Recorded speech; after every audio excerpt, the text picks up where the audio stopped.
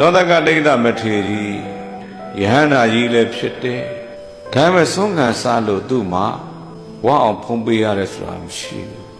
အသရိတဒါနလို့ခေါ်လဲတစ်မျိုးလုံးကိုဘယ်သူနဲ့မှတူလို့မရအောင်လှူတဲ့ကောသလဘီကြီးရဲ့အလှူတော်ပဲ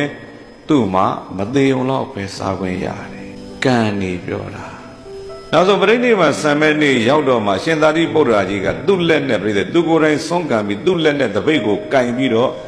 ကျွေးမှသာရှင်လောကဒိဋ္ဌမထေသူမြတ်ဟာအဲ့ဒီတနက်ကလေးပဲဘဝတစ်ခုလုံးမှာဝါအောင်စားခွင့်ရသွားတယ်အဲ့ဒါစားပြီးတော့ပြိဋိဘံဆံဝင်ချုပ်ငိမ့်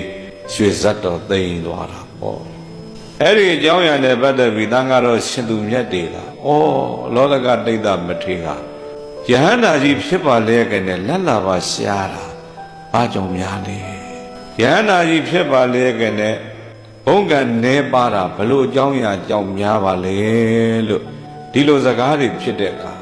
မြတ်စွာဘုရားလျှောက်တော့ဘုရားကအဲ့ဒီမှာပြောပြတာခြေသားတို့တဲ့လောကဒိဋ္ဌဟာဘဝတစ်ခုပါကတ္တဗမြတ်စွာဘုရားရှင်ကိုတော်မြတ်ကြီးရဲ့လက်ထက်တော်ကဘဝတစ်ခုမှာယဟန်တစ်ပါးသူဖြစ်ခဲ့ဘူးတဲ့တထေးတယောက်ဆောက်တဲ့ကျောင်းမှာသူနေပြီးတော့မှတရားအလုပ်အားထုတ်တယ်တနည်းအားဖြင့်ပြောရင်တော့သီလစင်စင်ကြဲကြဲနဲ့အနှစ်2000နေခဲ့ဘူးတဲ့သီလစင်ကြဲတဲ့အဲ့ဒီယဟန်တော်ရဲ့ကျောင်းကိုတရက်တော့ဘာဖြစ်လို့မေးသူ့ကျောင်းတကာကခေါ်လာလို့အာဂန္တုယဟန်တစ်ပါးရောက်လာတယ်အတညအိပ်ဖို့ခက်ခဲရှိတဲ့ကသူစောက်ထားတဲ့ကျောင်းကိုဒီဘုန်းကြီးလေးခေါ်လာခဲ့ကျောင်းမှာသတင်းသုံးနေတယ်ညနေဆောင်တော့တခါကျောင်းတကာပြန်ရောက်လာတယ်ဖြော်ရည်တွေကတ်တယ်စလူမလူတွေကတ်တယ်စီမီလေးတွေထွန်းပေးတယ်အိယာလေးတွေပြင်ပေးတယ်အဲ့ဒီမထေထံကတရားတွေနာတယ်အဲ့လိုတရားနာတော့အဲ့ဒီကျောင်းမှာကျောင်းထိုင်တဲ့မထေလောကဒိဋ္ဌအလောင်းကဩဒီမထေသာဒီကျောင်းပျော်သွားရဲ့ငါเจ้าတကာကဒီမထေသာဒီเจ้าကိုပင့်ထားလိုက်ရဲ့ငါဘဝဒုက္ခရောက်တော့မေလို့ဒီလိုတွေးတာကိုပိုင်တဲ့เจ้าကိုသူများနဲ့မဆက်ဆက်စေခြင်းမူ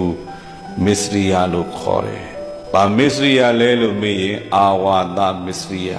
เจ้าတကာကအဲ့ဒီအာဂန္တုယဟန်ထာကတရားနာပြီးတော့ပြန်တော့ရှင်ဘုရားရောတပည့်တော်เจ้าနိုင်ဆရာတော်ရောမနဲ့ပြန်တပည့်တော်အိမ်အောင်ဆုံးဖုံးပေးကြွတော်မူပါဘုရားဒီလိုပင်တယ်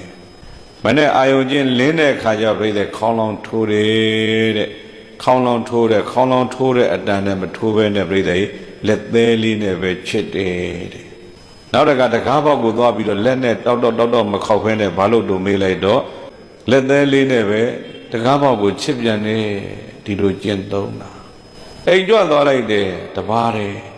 ဟာရှင်ဗျာအာဂန္တုမထေမပါဘူးလားအေးတကားကြီးရဲ့ဘုန်းကြီးအိတ်လိုက်တာကျုပ်ခေါင်းလောင်းလဲထိုးတယ်တကားလဲခောက်တယ်သူမထဘူး